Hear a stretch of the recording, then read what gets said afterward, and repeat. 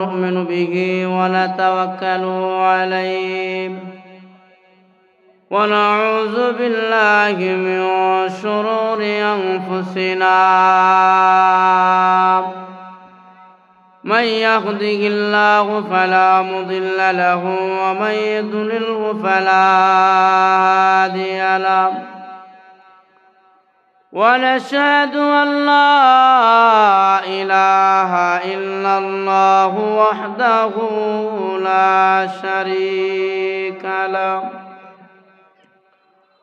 ونشهد أن سيدنا وسندنا وحبيبنا وطبيبنا ومولانا محمدا عبده ورسوله الذي أرسل إلى الناس كافة بشيرا ونذيرا وداعيا إلى الله بإذنه وسراجا منيرا أما بعد فأعوذ بالله من الشيطان الرجيم بسم الله الرحمن الرحيم وقضى ربك ألا تعبدوا إلا إياه وبالوالدين إحسانا إلى الآخر الآية. وقال النبي صلى الله عليه وسلم أي الأعمال أحب إلى الله؟ قال الصلاة لوقتها. قال بر الوالدين. قال الجهاد في سبيل الله. صلى الله على سيدنا ومولانا محمد وعلى آله وأصحابه وبارك وسلم بلغ العلا بكماله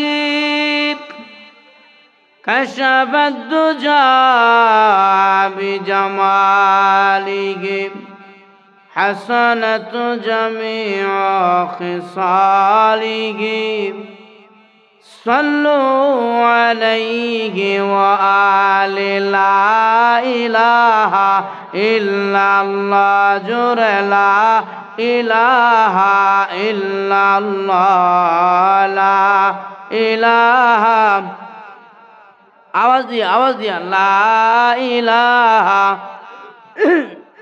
आरो जोरे ला इलाहा लता गाছে কদু ধরে কে দিল রে কদু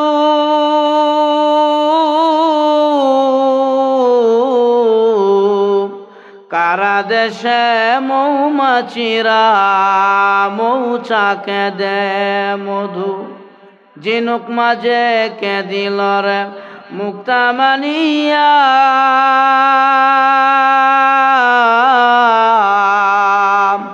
আখের মাঝে কে দিল রে রস যে ভরিয়া শ্যামল গাছে কে দিল রে নরম নরম তুলা চৈত্র মাসে রাস্তাঘাটে কে দেই এত ধুলা পাখির কণ্ঠে কে দিল রে মিষ্টি মধুর গান হিসাব করে দেখি রে মুমিন সবই হলো আল্লাহ পাকের দান। লা ইলাহা ইল্লাল্লাহ, জোরে লা ইলাহা ইল্লাল্লাহ, লা ইলাহা লা ইলাহা ইল্লাল্লাহু মুহাম্মাদুর রাসূলুল্লাহ সাল্লাল্লাহু আলাইহি ওয়াসাল্লাম। শাইটালিয়া বাজার হাফিজিয়া নুরানিয়া মাদ্রাসা ও এতিমখানা ছাত্রদের প্রাগৃহ প্রধান উপলক্ষে আজকের এই মাহফিলের সম্মানিত সভাপতি, জাতির মাথার মুকুট সম্মানিত উলামায়ে কেরাম, আমার সামনে সমবেত সর্বস্তরের মুসলমান ভাইয়েরা, পর্দার আড়ালে অত্যন্ত শ্রদ্ধেয় মা বোনেরা, আল্লাহ তাআলার আলিশান দরবারে শুকরিয়া আদায় করি, যিনি অত্যন্ত মুহাব্বত করে ভালোবেসে একটি বরকতি মাহফিলে আসার সুযোগ দিয়েছেন। জবান খুলে সে মালিকের দরবারে শুকরিয়া আদায় করে সকলে বলে আলহামদুলিল্লাহ। আপনারা মাহফিলে আসাতে খুশি না বেজার? আরো জন এখন খুশি না বেজার? চেহারা কালা করে বইয়া রয়েছেন। একটা বরকতি মাহফিল, খুশি হওয়ার কথা, যেরকম ঠিক না? এজন্য যদি খুশি হয়ে থাকেন আবার জবান খুলে কলিজা থেকে শুকরিয়া আদায় করে সকলে বলে আলহামদুলিল্লাহ। আপনারা আওয়াজ দিলে দোকান বড়া যারা আছে তারা কোনো না লোক আছে, আর যদি আওয়াজ না দেন তাহলে আমি ওয়াজ করে গেলাম, আপনারা আওয়াজ করলেন না, কবরস্থানে ওয়াজ। আমার ভাইয়েরা, সবাই কিন্তু আল্লাহ তাআলার কোরআনের কথা হাদিসের কথা শুনতে পারে না। যাকে আল্লাহ মোহাব্বত করে ভালোবাসে সেই আসতে পারে, এরকম ঠিক না? সাপুরিয়া দেখছেন বিনবাসী বাজা, বিনবাসী, সাপুরিয়ার বিনবাসীর আওয়াজে যত বীজ দর সাপ আছে সব গর্তের ভিতর থেকে বের হয়ে লাফাইতেছে, কিন্তু একটি সাপ বের হয় না। সাপুরিয়া মনে মনে বলে সাপটা মনে হয় বড়, আর না হলে বের হয় না কেন? উনি বাঁশি বন্ধ করে কুদাল দিয়া কুড়ে ওই গর্তের ভিতর থেকে বের করছে। আমাদের দেশের ভাষায় বলে বিশাল বড় এক দুরা সাপ। কি সাপ? বিষ আছে? বিষ আছে? বিষই না, এটা কি বাইরে? আর যেই সাপের বাচ্চার শরীরে বিষ ছিল, বাচ্চা পর্যন্ত বের হয়ে গেছে। ঠিক তেমনি ভাবে যে মুসলমানের কলবে আল্লাহ এবং রসুল, মসজিদ এবং মাদ্রাসা, কোরআন এবং হাদিস, ওয়াজ এবং তাফসিরের মুহাব্বত যে মুমিনের কলবে আছে, তার কানের মধ্যে আওয়াজ গেলে দোকান পাটে বসে থাকতে পারে না, দৌড়ায় চলে আসে মাহফিলের ভিতরে। আর যে মুসলমানের বাচ্চার কানে কোরআনের আওয়াজ যাওয়ার পরেও মাহফিলে আসতে পারে না, তারা হলো এই জামানার দুরাসাপ মার্কা মুসলমান। জোরে কোন ঠিক কিনা? আর এক প্রকার লোক কয়, হুজুর ওয়াজ যত করেন ভিতরে ঢুকবো না। বলে কেন? বাহিরে হরন কে লাগিয়ে দিচ্ছেন, আমরা বয়ে বয়ে বুট বাদাম চা পান করবো আর ওয়াজ শুনবো। এই প্রকারের চালাক শ্রোতা আছে না নাই? তো এক হুজুরে ওয়াজ করছে, কোথাও যদি পানি না পাওয়া যায় তাহলে তায়াম্মুম করে নামাজ পড়া যায়। মাসআলা আছে না? তায়াম্মুমের নিয়ম বলে দিছে, মাটির মধ্যে হাত মেরে, বালির মধ্যে হাত মেরে, ওয়ালের মধ্যে হাত মেরে, মাটির পাতিলার মধ্যে হাত মেরে তায়াম্মুম করো। যিনি চা পান করে সে কয়েক খেয়ালের রোগী, বেশি চা পান করলে টুট ফুরিয়ে দেবো গা। আবার চায়ের দোকানের আশেপাশে কে কি কয় হেটাও শুনে, আবার মোল্লা কি ওয়াজ করে হেটাও শুনে। হঠাৎ তার কানে আওয়াজ গেল ওযু সারা নামাজ পড়া যায়। এখন মনে মনে করে মুলুবিটা করতে আসি রে, ঠান্ডার মধ্যে যে একটা ওয়াজ করছে, নামাজ পড়লে বলে উজু লাগে না। যা জীবনে যত নামাজ কাজা করছি সব আদায় করে ফেলবো, যেহেতু উজু লাগে না। এখন বাড়িতে যাইয়া এশারের পরে খাওয়া দাওয়া করে ঘুমায় পড়তেছে। উনার ওয়াইফে কি ব্যাপার আজকে এত তাড়াতাড়ি ঘুমায় যাচ্ছে, ঘটনাটা কি? আরে আজকে মৌলবী যে একটা ওয়াজ করছে, জীবনে যত নামাজ কাজা করছি সব আদায় করে ফেলবো, কারণ নামাজ পড়লে উজু লাগে না। তো উনি মনে মনে ভাবতেছে তাহাজ্জুদের নামাজ সবচেয়ে গুরুত্বপূর্ণ নামাজ, হুজুররা বলে, তা আমি তাহাজ্জুদের নামাজ দিয়াই আমার কাজা নামাজের যাত্রা শুরু করব। এই বলে উনি ঘুমায় গেছে। সন্ধ্যাবেলাতে উনার ওয়াইফে রুটি গরম করে না, রুটি না কি কোন আপনারা, তাওয়া বা খোলা, ওই যে মাটির তাওয়াগুলো কুমাররা বিক্রি করে 20 টাকা 30 টাকা করে। আচ্ছা বলেন তো দেখি, মাটির তাওয়ার তলি সাদা না কালা? আরাধনা গান কালা। এখন ওই সালাক বেড়া হুজুরে বলছে মাটির পাতিলার মধ্যে হাত মেরে তায়াম্মুম করা যায়। ওই বেড়া রাতের 3টার সময় ঘুমেতে উঠে মাটির তাওয়ার তলির মধ্যে হাত মেরে মুখ মাসায় করছে তায়াম্মুম, আবার হাত মেরে ডান হাত মাসায় করছে, আবার হাত মেরে বাম হাত মাসায় করছে, আচ্ছা তায়াম্মুম করে। আচ্ছা বলেন তো দেখি তার সুরতটা কেমন হয়েছে? তলিও যেমন কালো, তার সুরতও তেমন কালো। এখন এই কালো সুরত নিয়ে ঘরের দিকে রওনা হয়েছে, তাহাজ্জুদের নামাজ পড়বে। কোন কারণে ওনার ওয়াইফের পেশাবের ব্যাগ হয়েছে, সেই বেড়ে ঘুমাতে উঠে দেখে দরজার সামনে দাঁড়াইয়া হাত পাও কালো। এই প্রকারের মানুষ তো আমার বাপের জিন্দগিতে কোনোদিন দেখছি না। হায় হায় রে, শেষ রাতে মনে হয় আমার ঘরে ভূত ঢুকতেছে। হেই বেটি ভূত মনে করিয়া মুঠটা জারু একখান আছেন ঘরের মধ্যে, মুঠটা জারুটা নিয়া ভূত মনে করিয়া এমন একটা দৌড়ানি দিছে, এবার জামাই বউয়ের হাতের দৌড়ানি খাইয়া পোল্টি দিয়া পড়ছে গিয়া পুকুরের মধ্যে পড়িয়া কই, বউ রে চাইছিলাম না মাঘ মায়া শীত উজু করতাম, তুই আমার গোসল করায় আছিস। তাহলে বাহিরে বইয়া ওয়াজ শুনলে বউর হাতের মায়ের খাওয়ার সম্ভাবনা আছে, তো এখন ঠিক না। যেন যারা মেহরবানি করে, যারা বাহিরে আছেন মেহরবানি করে মাহফিলের ভিতরে চলে আসেন। আমার ভাইয়েরা, আমি আপনাদের সামনে পবিত্র কালামুল্লাহ শরীফের সূরা বনী ইসরাঈলের আয়াতের প্রথম অংশ তেলাওয়াত করেছি। আমার আয়াতের মধ্যে আল্লাহ বলেন, وَقَضَى رَبُّكَ أَلَّا تَعْبُدُوا إِلَّا إِيَّاهُ। আল্লাহ বলেন ওয়াকাদা রব্বুকা, আমি আল্লাহ তোমাদের উপরে কাজা করে দিলাম, ফরজ করে দিলাম, আল্লাহ তা'বুদু ইল্লা ইয়াহু, আমি আল্লাহ ছাড়া কাহার ইবাদত করিও না। আমরা কার ইবাদত করব? আলাদা এখন কার ইবাদত? আল্লাহ। আল্লাহ বলেন وَمَا خَلَقْتُ الْجِنَّ وَالْإِنسَ إِلَّا لِيَعْبُدُونِ।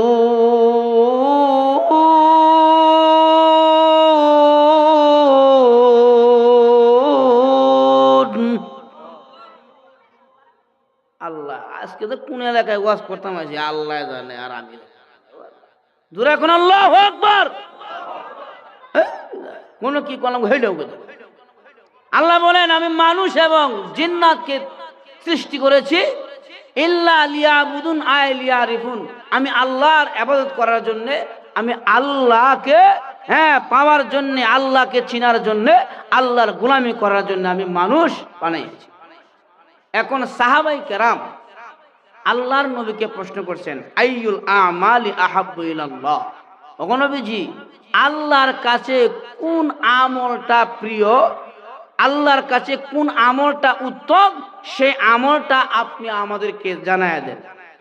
আল্লাহর নবী বলেন, ক্বালা সালাতু লিওয়াক্তিহা।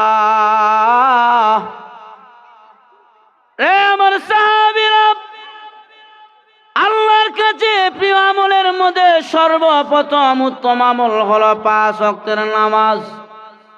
কয় ওয়াক্তের নামাজ? আরো জোরে এখন, কয় ওয়াক্তের নামাজ? আজকে আমাদের সমাজের ভিতরে নামাজের সময় বড় তালবাহানা। ভাইয়ের ব্যবসা ঠিক আছে, কিন্তু সময় মতো নামাজ পড়তে পারে না।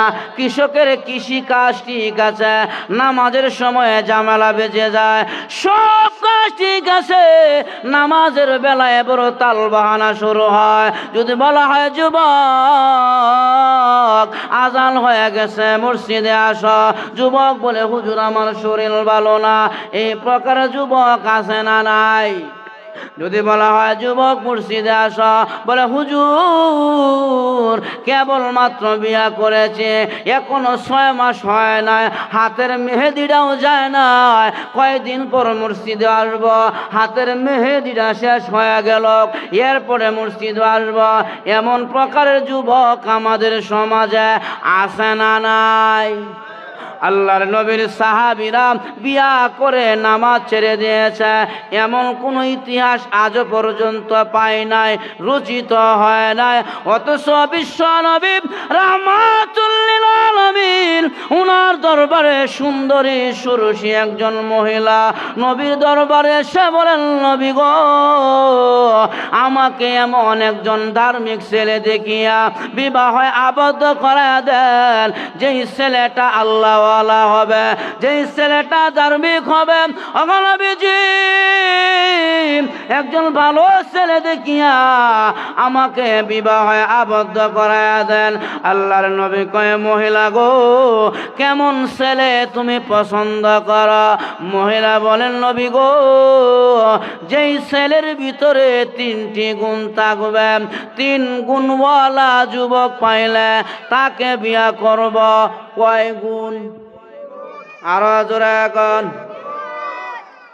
নবী কয়, 3টি গুণ কি আমার জানায়া দাও। এবার মহিলাটা বলেন, ওগো নবীজি, 3 গুণওয়ালা যুবক পাইলে তাকে আমি বিয়া করব। আল্লাহর নবী কয়, মহিলা রে, গুণগুলো কি আমাকে জানায়া দেন। এবার মহিলাটা বলেন, ওগো নবীজি, যেই যুবক আমাকে বিয়া করবে ওই যুবকের মধ্যে 1ম নম্বর গুণ থাকতে হবে, ছেলেটা সারা রাত্র সারা বছর ইবাদতের মাধ্যমে কাটায়া দেয়। 1 দিন আর 2 দিন নয়, সারা বছর যে যুবক রাতের বেলা ইবাদতের মাধ্যমে কাটায়া দেয়, সেজদার হালতে কাটায়া দেয়, রুকুর হালতে কাটায়া দেয়, এমন গুণওয়ালা যুবক পাইলে তাকে আমি বিয়া করব। আমি জিজ্ঞাসা করতে চাই, সারা বছর সারা রাত্র ইবাদতের মাধ্যমে কাটায়া দেয় কয়জন আছেন? 2 নম্বরে ওগো নবীজি, যেই ছেলে আমাকে বিয়া করবে ওই ছেলের ভিতরে 2 নম্বরে গুণ থাকতে হবে, সারা বছর রোজা রাখে, 1 দিন আর 2 দিন নয়, 1 মাস আর 2 মাস নয়, 365 দিন রোজা রাখে, এমন গুণওয়ালা যুবক পাইলে তাকে আমি বিয়া করব। 3 নম্বরের গুণ হইল, নবী গো, যেই ছেলে আমাকে বিয়া করবে তার মধ্যে 3 নম্বরে গুণ হলো প্রতিদিন আল্লাহর কোরআনের 1টি করে খতম যিনি দেয়, এমন গুণওয়ালা যুবক পাইলে বিয়া করব।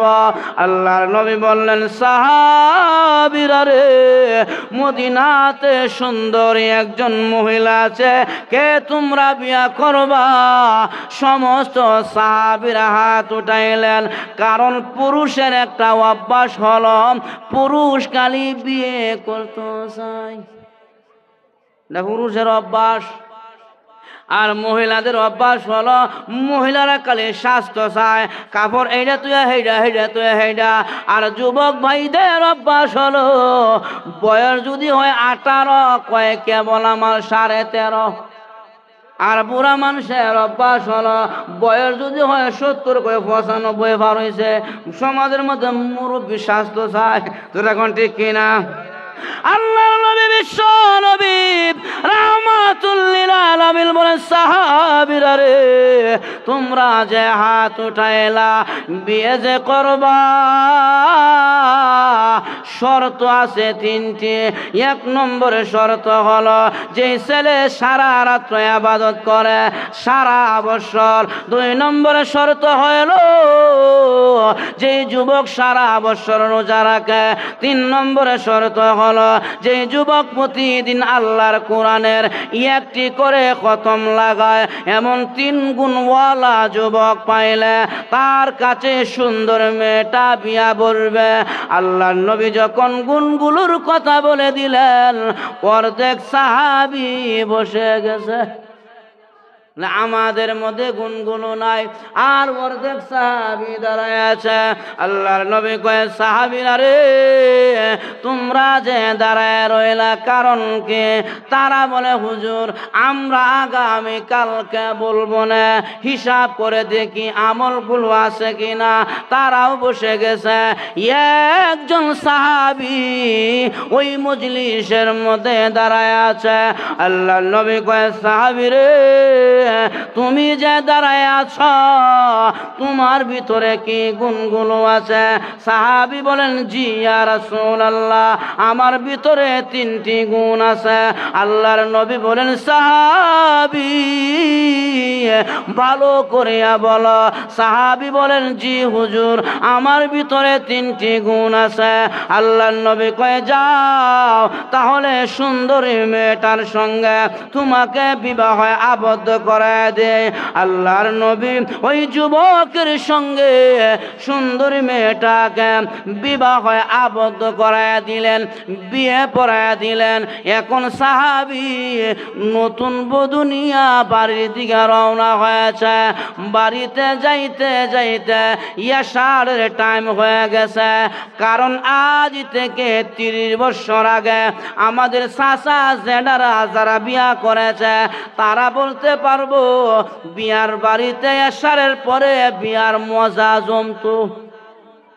আগে রাতের বেলা বিয়া হইতো, পালকি দিয়া বউ নিয়ে যাইত।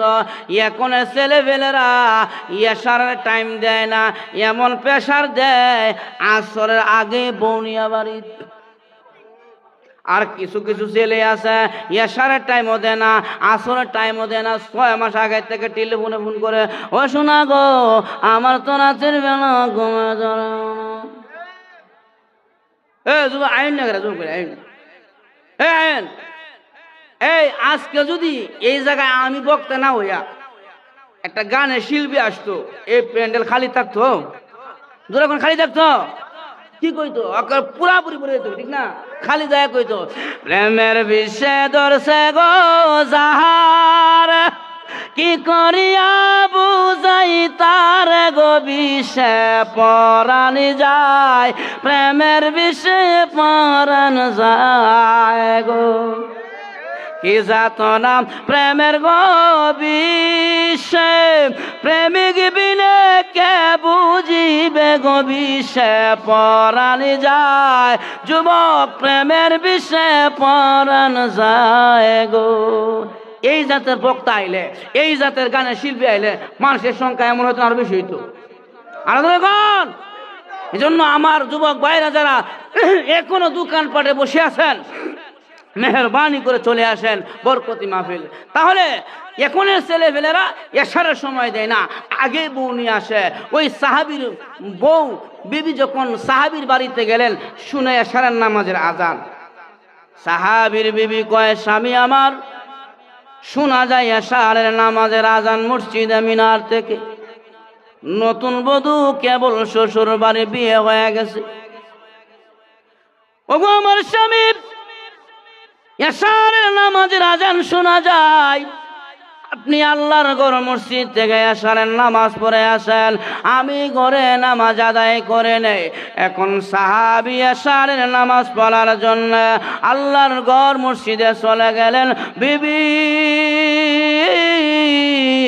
ঘরে যাই নামাজ বিছাইয়া উনি এশারের সালাত কায়েম করলেন। আর মনে মনে ভাবে, আমার স্বামীর ভিতরে 3টি গুণ আছে। তার মধ্যে প্রথম নম্বর গুণ হলো সারা রাত্র ইবাদতের মাধ্যমে কাটায় দিবে। আমি আজকে না ঘুমাইয়া আমি আমলগুলো পরীক্ষা করব, আমার স্বামীর মধ্যে আমলগুলো আছে কিনা। এবার নবীর সাহাবী এশারের নামাজ পড়িয়া যখন নাকি হুজরা শরীফে ঢুকলেন, ঢোকার পরে বলেন, বিবিরে পেটে বড় ক্ষুধা লেগেছে, আমারে কিছু খাবার দাও। এখন স্বামীর সামনে বিবি খাবার দিলেন। সাহাবী খানা দানে কে বলে, আরে বিবি কম্বলার লেপটা দাও, আমি ঘুমায়া যাব। বিবি কয়, হ্যাঁ কথা ছিল সারা রাত্র ইবাদত, এখন দিছে ঘুমাইবার কথা কয়। আমার কথা কি বুঝতেছেন? কথা বোঝা যাচ্ছে না? অসুবিধা? সাহাবীর বিবি বলেন কথা ছিল ইবাদত সারা রাত্র, এখন দিছে ঘুমাইবার কথা কয়। আচ্ছা মনে হয় 10-15 মিনিট রেস্টের পরে মনে হয় ঘুম থেকে উঠে যাবে, যেহেতু নতুন বিয়া করছে। কিন্তু আল্লাহর নবীর সাহাবী এই যে কম্বল আর লেপ গায়ে দিয়া ঘুমায়া গেল, আর ঘুম থেকে উঠে না। বিবি মনে মনে বলে কি ব্যাপার, এমন স্বামী আমার কপালে কেন মিলল রে? কথা ছিল সারা রাত্র ইবাদত। আচ্ছা আগামী কালকে যে রোজা রাখবে, মনে হয় সাহারির সময় ঘুম থেকে উঠবে, কারণ রোজা রাখলে তো সাহারি খেতে হয়। সাহারির সময় মনে হয় ঘুম থেকে উঠবে। এবার সাহারির সময় ওভার হয়ে গেল, সাহাবী ঘুম থেকে উঠল না। বিবি মনে মনে বলে কি ব্যাপার, এমন বেয়ামুল্লা স্বামী আমার কপালে কেন মিলল রে? কথা ছিল আগামী কালকে রোজা রাখবে। আচ্ছা সাহারি খায় নাই, মনে হয় না কে রোজা রাখবে, মনকে সান্ত্বনা দেয়। যখন সাহারির সময় চলে গেল, ফজরের সময় মুয়াজ্জিন মসজিদের মিনার থেকে ডাক দিয়েছে, আসসালাতু খায়রুম মিনান নাওম, ঘুম থেকে নামাজ ভালো। এই কথা শোনার পরে সাহাবে কম্বল আর লেপ ফেলে দিয়া লাফ দিয়া ঘুম থেকে উঠলেন। ওঠার পরে বলেন, বিবি আজান হয়ে গেছে, ঘরে ফজরের নামাজ আদায় করো, আমি আল্লাহর ঘর মসজিদে যাই। বিবি কয়ে যাও, আমাকে সে আর ভাইবা না। কারণ যে আমলের কথা আমি বলেছিলাম, একটি আমলও তোমার মধ্যে নাই, আমাকে আর পাইবা না। এবার সাহাবী এসা ফজরের নামাজ পড়িয়া যখন নাকি আবার হুজরা শরীফে ঢুকছে, ঢোকার পরে বলে, বিবি রে অনেক লম্বা রাত্র, পেটে ক্ষুধা লেগেছে, হালকা নাস্তা হবে কি? বিবি কয় মনে মনে ভেবেছিলাম না কে বুঝি রোজাড়া রাখবো, এখন দিছে নাস্তাও চায়। এবার সাহাবীর বিবি স্বামীর সামনে নাস্তা দিয়া ডাইরেক্ট আল্লাহর নবীর কাছে গেলেন, গিয়া বলেন, ওগো নবীজি, এমন একজন সাহাবী আপনি আমাকে দিলেন গো, আমল করবে দূরের কথা, আমলের লেশ মাত্র তার মধ্যে নাই। আল্লাহর নবী কয়, না রে মহিলা, এমন বেয়ামুল্লা তো আমার সাহাবী না, আমার সাহাবীরা তো বেয়ামুল্লা না। আর সাহাবী কাল নুজুম ইক্তিদাইতুম ইহতিদাইতুম, আমার সাহাবীরা হলো তারকার সমতুল্য। আমার সাহাবীদেরকে যারা অনুসরণ করবে, মহান আল্লাহ তাদেরকে হেদায়েতের রাস্তা দেখায়া দেয়। আমার সাহাবীরা তো এমন নয়, এমন বেয়ামুল্লা তো আমার সাহাবী না।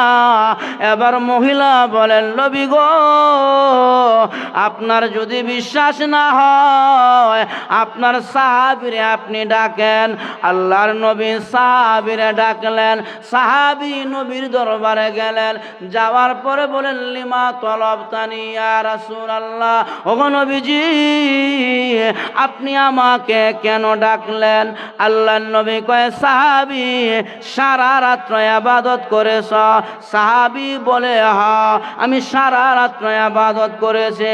নবী কয়, তোমার বিবি যে অভিযোগ দিয়েছে তুমি সারা রাত্র ঘুমায়াছ, বিবির কথা সত্য না মিথ্যা? সাহাবী বলে, বিবি যা বলেছে সত্য বলেছে। আল্লাহর নবী কয়, সাহাবী রে এটা কেমন ইবাদত, রাতের বেলা ঘুমাও আবার ইবাদত? রে সাহাবী সারা রাত্র ঘুমাইলা আবার বলতেছ ইবাদত করেছ, এটা কেমন ইবাদত? সাহাবী বলেন, নবী গো আগে জানতে চাই আপনার জবানের কথা সত্য না মিথ্যা? আপনার জবানের কথা সত্য না মিথ্যা জানতে চাই। নবী কয়, সাহাবী রে আমি নবী কোনোদিন মিথ্যা কথা বলি না, মিথ্যা কথা আমার জবান দিয়া বের হয় হয় না, অযথা কথা আমি মুহাম্মদ বলি না। মুহাম্মদ হার গেজনা গুফতাম তা না গুফতা জিবরাইল, জিবরাইল হার গেজনা গুফতাম তা না গুফতা রব্বুল জলিল। রে সাহাবী, যতক্ষণ পর্যন্ত জিবরাইল আমি নবীকে না জানায় ততক্ষণ পর্যন্ত আমি নবী কথা বলি না, আমার জবানের কথা মিথ্যা হয় না। এবার সাহাবী বলেন, ওগো নবীজি, আপনার জবানের কথা যদি সত্য হয়, আপনি তো বলেছেন দুনিয়ার বান্দা বান্দিরা যদি এশারের নামাজ পড়িয়া দান করাতে সুন্নত তরিকায় ঘুমায়া যাও, আবার ফজরের নামাজ জামাতের সাথে আদায় করতে পারে। আল্লাহর নবী বলে গেছেন ওই সমস্ত বান্দা বান্দির আমল নামার ভিতরে আমার আল্লাহ সারা রাত্র ইবাদতের সওয়াব লিখে দেয়। নবী গো, আমি এশারের নামাজও পড়ছি, ফজরের নামাজও পড়ছি, এখন আপনি বলেন সারা রাত্র ইবাদতের সওয়াব আছে কিনা, সারা রাত্র ইবাদত করনেওয়ালা যুবক কিনা? আল্লাহর নবী কয়, হ, তোমার আমল নামার মধ্যে সারা রাত্র ইবাদতের সওয়াব আছে। আল্লাহর নবী বললেন, তুমি সারা রাত্র ইবাদত করনেওয়ালা যুবক। এখন মহিলা কয়, পাইলাম প্রথম নম্বর, আমার স্বামীর মধ্যে সারা রাত্র ইবাদতের সওয়াব আছে, কিন্তু নবী গো, আপনার সাহাবী তো রোজা রাখে নাই। আল্লাহর নবী কয়, সাহাবী রোজা রাখছ? কয়, হ। বিবি কয়, না, কেবল নাস্তা কে আমার পিছনে পিছনে আপনার দরবারে আসছে। আল্লাহর নবী কয়, সাহাবী, তোমার বিবি বলে তুমি কেবল নাস্তাকে আমার দরবারে আসলা, বিবির কথা সত্য না মিথ্যা? সাহাবী কয়, নবী গো, আমার বিবি যা বলেছে সত্য বলেছে। আল্লাহর নবী কয়, সাহাবী রে, এটা কোন মাযহাবের কোন তরিকার রোজা রে? সকালবেলা নাস্তা খাইলেও রোজা ভাঙে না, নাস্তাও খাইলা রোজাও রাখলা, এটা কোন তরিকার রোজা? এখন সাহাবী কয়, নবী গো, আপনার জবানের কথা সত্য। নবী কয়, হ। এবার সাহাবী কয়, নবী, আপনি তো বলেছেন 1-10, একটি আমল করলে আমল নামার মধ্যে 10টি সওয়াব লেখা হয়। 1-10, মান জাবিল হাসানাতি ফালাহু মিন আশরি আমসালিহা। 1-10 আপনি বলেছেন। নবী কয়, হ, আমল করবা একটি সওয়াব লেখা হবে 10টি। 1-10 আমার জবানের ঘোষণা। এখন সাহাবী বলে, তাই যদি হয়, আমি রমজানের 30টি রোজা রাখছি, একটি রোজা যদি 10টি রোজার সমান হয়, 10টি রোজা 100 দিন রোজা রাখার সমান সওয়াব। আরো 10টি রোজা 100 দিন রোজা রাখার সমান সওয়াব। আরো 10টি রোজা 100 দিন রোজা রাখার সমান সওয়াব। ওগো নবীজি, রমজানের 30টি রোজা 300 দিন রোজা রাখার সমান সওয়াব আমার আমল নামার মধ্যে আছে নি? আল্লাহর নবী কয়, হরে সাহাবী, 1-10, তোমার আমল নামার মধ্যে 300 দিন রোজা রাখার সমান সওয়াব আছে। এখন বিবি কয়, মানলাম, রমজানের 30 দিয়া 300 দিন রোজা রাখার সমান সওয়াব অর্জন করেছেন। স্বামী আমার 300 দিনে তো অবসর পূর্ণ হয় না, আরো 65 দিন বাকি আছে। আর 65 দিন গেল কই? এখন সাহাবী বলেন, আরে বিবি, রমজান মাস চলে যাওয়ার পরে শাওয়াল মাস এসে ঢুকে যায়। শাওয়ালে আমার আল্লাহ 6টি রোজা রাখার বিধান রেখেছেন। শাওয়ালে 6 রোজা আছে না নাই? 1 যদি 10 হয়, 6 10 60, রমজানের 30-এ 300। ওগো নবীজি বলেন আমার আমল নামার মধ্যে 360 দিন রোজা রাখার সমান সওয়াব আছে নে? আল্লাহ নবী কয় হ, তোমার আমল নামার মধ্যে 360 দিন রোজা রাখার সমান সওয়াব আছে।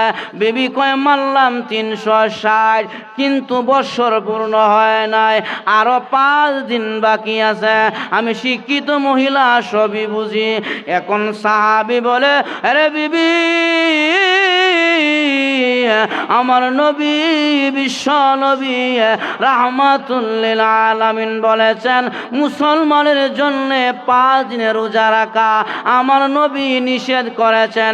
আইয়ামে তাশরিকের 3 দিন আর হলো 2 ঈদের দিন, এই 5 দিন মুসলমান রোজা রাখতে পারে না, আমার নবী নিষেধ করেছেন।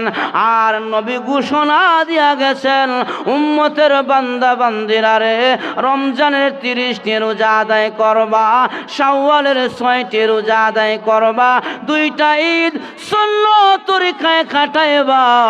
আমি নবী ঘোষণা দিয়া গেলাম, তোমার আমল নামার মধ্যে আমার আল্লাহ সারা বছর রোজা রাখার সমান সওয়াব লিখে দিবে।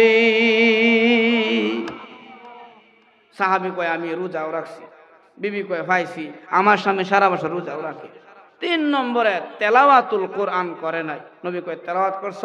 সাহাবী কয় জি হুজুর তেলাওয়াত করছি। বিবি কয় না, কেবল চলে আসছে, কোন সময় তেলাওয়াত করতো? সাহাবী কয় নবী গো, আমি আসার সময় রাস্তার মধ্যে কুল হু আল্লাহর সূরা 3 বার তেলাওয়াত করছি। আর আপনি বলছেন কুল হু আল্লাহর সূরা যদি কোনো বান্দা বান্দি 3 বার তেলাওয়াত করে আমল নামার মধ্যে 1 কোরআন খতমের সওয়াব লিখে দেওয়া। আমল কয়টি? 1 নম্বরে নামাজ, 2 নম্বরে রোজা, 3 নম্বরে তেলাওয়াতুল কোরআন। এজন্য আমার নবী কয় ক্বালা সালাতু লিওয়াক্তিহা। 1 নম্বরে প্রিয় আমলের মধ্যে 1 নম্বরে হলো নামাজ। 2 নম্বরে আমার তেলাওয়াত। কিন্তু আয়াতের মধ্যে আল্লাহ জানায়া দেয়, বান্দা বান্দিরা রে, আমি আল্লাহর ইবাদতের পরে ওয়াবিল ওয়ালিদাইনি ইহসানা, তোমাদের মা বাবার খেদমত করবা, আব্বা আম্মার সঙ্গে ভালো ব্যবহার করবা।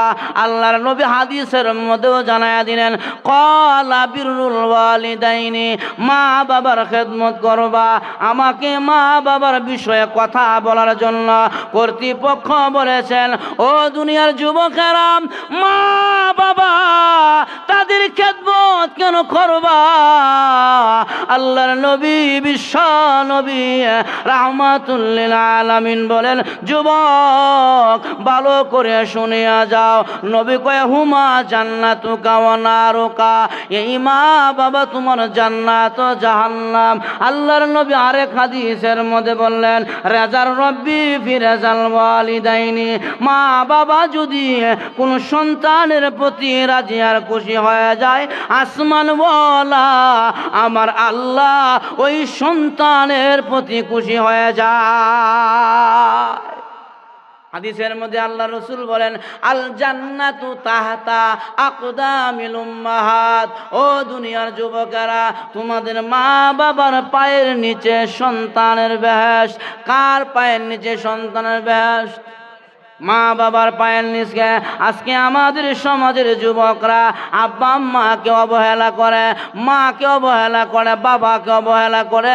এমনও ছেলে পেলে আমাদের সমাজে আছে, নিজের বাবার উপরে হাত পর্যন্ত উঠায়া দেয়। এমনও ছেলে পেলে আছে নিজের মার উপরে হাত উঠায়। এটা আমি ছেলেকে দোষী দিব না, নিজের ছেলে নিজের মার উপরে হাত উঠায়, এটার 1 নম্বর দোষী হলো মা আর বাবা। আরো দূর এখন যদি মা বাবা যদি ছেলেটাকে ধর্মীয় ধার্মিক বানাইতো, ধর্মীয় শিক্ষায় শিক্ষিত করত, আল্লাহর কসম যে ছেলের ভিতরে কোরআনের জ্ঞান আছে, হাদিসের বাণী আছে, ওই ছেলে জান্নাতি মায়ের উপরে জিন্দেগিতে হাত উঠাইবে না। তোমার ছেলে তুমি প্রথম থেকে এইভাবে গড়ায় উঠাইছ, যার কারণে তোমার ছেলে তোমাকে মারে। আজকের সমাজ বড় নষ্ট হয়ে গেছে। বলে হুজুর আমার ছেলেটা বেটা, হ্যাঁ ইয়াবা খায়, ডাবা খায়, পেন্সিল খায়, এই খায় সেই খায়। আমি বলি কেন খায়? এটার পিছনে কারণ দেখেন আপনি। ছেলেটাকে বাবা বাজারে দিয়ে পাঠায়, যারে ছেলে আমার জন্য এক প্যাকেট গোল্ডিপ সিগারেট নিয়ে আয়। এখন প্রতিদিন ছেলে গোল্ডিপ সিগারেট বাবার জন্য 60 নিয়ে বাজার থেকে আইনে দেয়। আনতে আর যাইতে মনে মনে কয় যদি এটা বালা না হইতো আমার বাপে খাইতো নি, যদি ভালো না হয়তো আমার বাপে তো খাইতো না। যেহেতু এটা ভালো এই জন্য আমার বাবা খায়। ওই বাবার খাওয়ান দেখিয়া দেখিয়া ছেলেও শিখে, তখন আর সিগারেট খায় না। দেখা যায় খাইতে খাইতে মদ খায়, ওইটা খায় ওইটা খায়, নিশাগ্রস্ত হইয়া রাস্তার ধারে পড়ে থাকে। তাহলে বোঝা গেল ছেলে নিশাকুর হওয়ার পিছনে প্রথম নম্বর দায়ী হইল বাবা। আছে না নাই? এজন্য আমার ভাইয়েরা, আল্লাহর নবী বলেছেন উম্মতের যুবকেরা রে, এই মা বাবা তোমাদের জান্নাত জাহান্নাম। মা বাবার পায়ের নিচে আল্লাহ জান্নাত রেখে দিয়েছে। নবীকে সাহাবীরা প্রশ্ন করেছে, আহাকুল ওয়ালিদাইনি, ওগো নবীজি মার বাবা এই দুইজন সম্মানী ব্যক্তির মধ্যে অধিকারের দিক থেকে, সর্বদিক থেকে, অধিকার হকের দিক থেকে অধিক বেশি কার হক?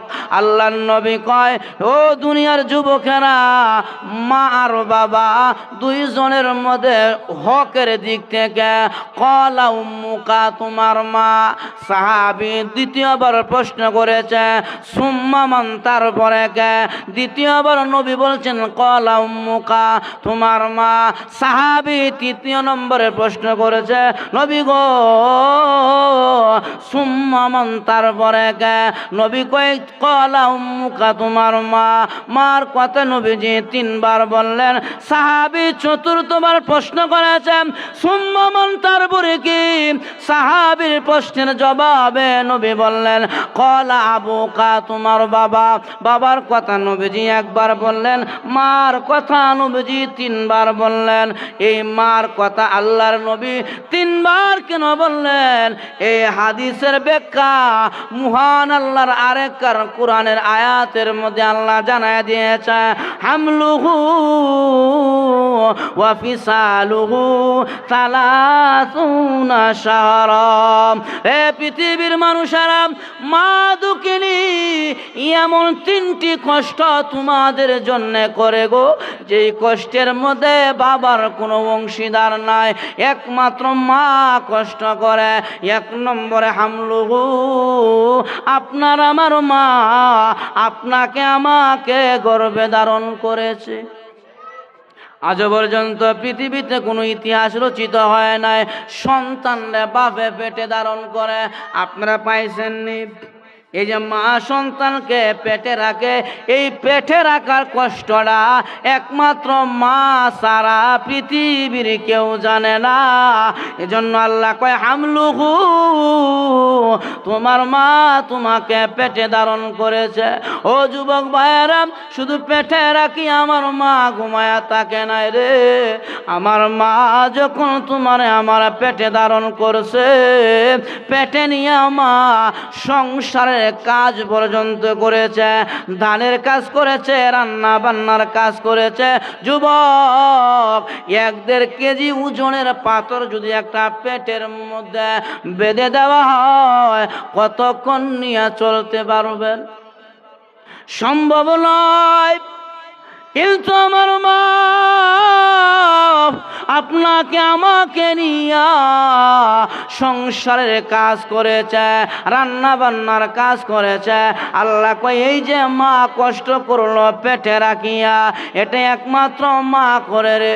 পৃথিবীর কোনো বাবা সন্তান পেটে নেয় না। এই জন্যে মার হকটা 1 নম্বর। 2 নম্বরে আমার আল্লাহ কয়, রে পৃথিবীর যুবকেরা, তোমার মা তোমাকে প্রসব করেছে। মাকে সন্তান প্রসব করে, পৃথিবীর কোনো পুরুষ সন্তান প্রসব করে না, একমাত্র মা সন্তান প্রসব করে। প্রসবের কি জ্বালা আর ব্যথা, এটা মা সারা গো পৃথিবীর কারো বোঝার মতন নয়।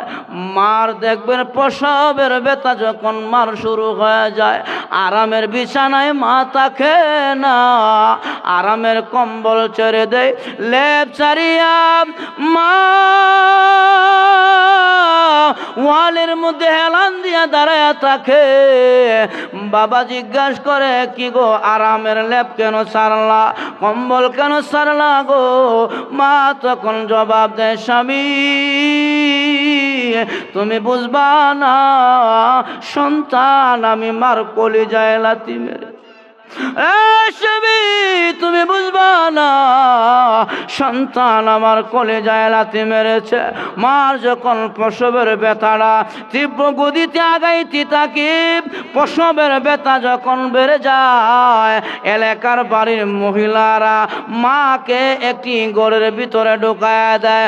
অন্য অন্য মহিলারা ঘরের ভিতরে ঢুকিয়া মায়ের মাথায় তেল লাগায়, মাকে বুঝাইতে লাগে।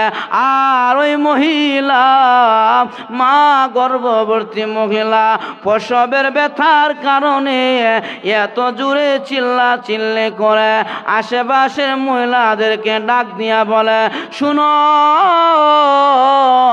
এবারের ব্যথা কয় আমি মা বাঁচব না, যদি কোনো ভুল ত্রুটি করে থাকি গো আল্লাহর হস্তে আমাকে মাফ করে দিবেন। এবারের ব্যথা আমি মা দুনিয়া থেকে বিদায় হয়ে যাব। এইভাবে সবার কাছ থেকে বিদায় নেয়। শাশুড়ি মার পায়ের মধ্যে পড়ে কান্না করে আর বলে, শাশুড়ি মা গো সংসার করতে যাই, আরে মা তোমাকে কত কষ্ট দিলাম, ওগো শাশুড়ি মা এবারের প্রসবের ব্যথা মনে হয় আমি মা বাঁচব না, আল্লাহর হস্তে বেয়াদবি হলে মাফ করে দিবেন। সবার কাছ থেকে দেখবেন বিদায় নেয়। ওরে যুবক, শুধু বিদায় নেয় তা নয়, এমনও তো ঘটনা জমিনে ঘটেছে, মা সন্তানরা প্রসব করতে যাইয়া নিজের জীবন পর্যন্ত বিসর্জন দিয়া দিছে। মা দুনিয়া থেকে বিদায় হয়েছে, সন্তানকে বাঁচাইতে যায়া লক্ষ্য করে দেখেন ডাক্তাররা পরীক্ষা নিরীক্ষা করে বলেছে, রে পরিবারের লোকেরা, এই যে গর্ভবতী মহিলাকে নিয়ে আসলাম বাচ্চা সিজারে হওয়ার জন্য, আমরা পরীক্ষা করে দেখেছি দুইজনকে বাঁচানো সম্ভব না, একজনকে বাঁচানো যাবে, দুইজন বাঁচানো সম্ভব না। এখন আপনারা সিদ্ধান্ত নেন কাকে বাঁচাইবেন আর কে চলে যাইবে। এখন পরিবারের লোকেরা বলে, ডাক্তার আমরা সিদ্ধান্ত দিয়ে দিলাম বাচ্চা দরকার নাই, মাকে বাঁচান, মা যদি বাঁচিয়া থাকে গো সন্তান আরো হবে। এই কথাটা মার কানে কেমন করে জানি চলে গেল। মা শুনতে পাইল দুইজনকে বাঁচানো সম্ভব নয়। তখন মা আস্তে আস্তে টুট নাড়াইয়া নাড়াইয়া আস্তে আস্তে কথা বলে আর বলে, কে আছো তোমরা, আমার কাছে আসো, ডাক্তারকে বলো আমার কানের আমার মুখের কাছে ডাক্তারের কান লাগানোর জন্য। আমি মা কয়টা কথা ডাক্তারকে বলবো।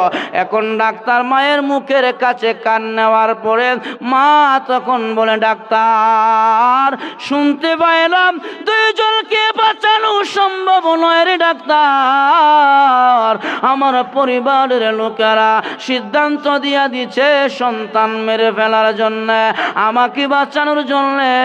ওগো ডাক্তার তোমার দুইটা পা ধরে বলি, সাবধান আমার সন্তানকে মারবা না। ডাক্তার এই সন্তানকে আমি মা একদিন আর 2 দিন নয়, 1 সপ্তাহ আর 2 সপ্তাহ নয়, 1 মাস আর 2 মাস নয় রে ডাক্তার, আমি মা 10 মাস আমার গর্ভে রাখিয়া আমার কলিজার টুকরাকে আমি বড় করেছি। এখন যদি দুনিয়া থেকে চলে যেতে হয়। আমি মা দুনিয়াতে আর থাকতে চাই না, আমার সন্তানকে বাঁচাও, দুনিয়ার আলো বাতাস আমার আর লাগবে না।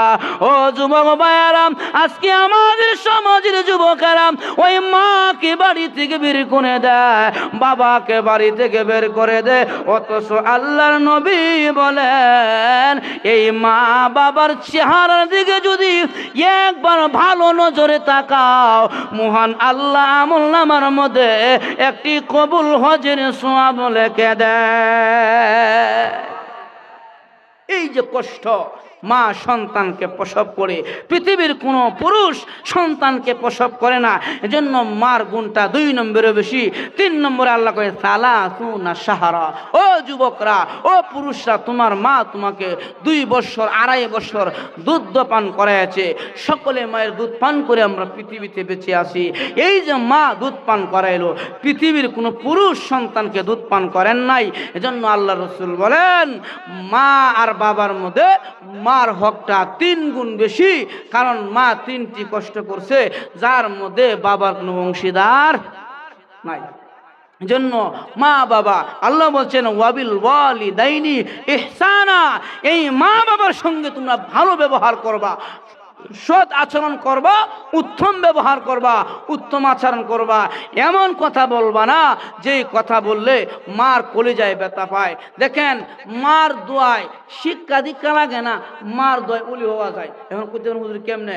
বাইজি বুস্তাবি রহমতুল্লাহ আলাইহি ইতিহাস ঘেটে দেখবেন, ইতিহাস দেখবেন, আমি বড় বড় ইতিহাস দেখেছি।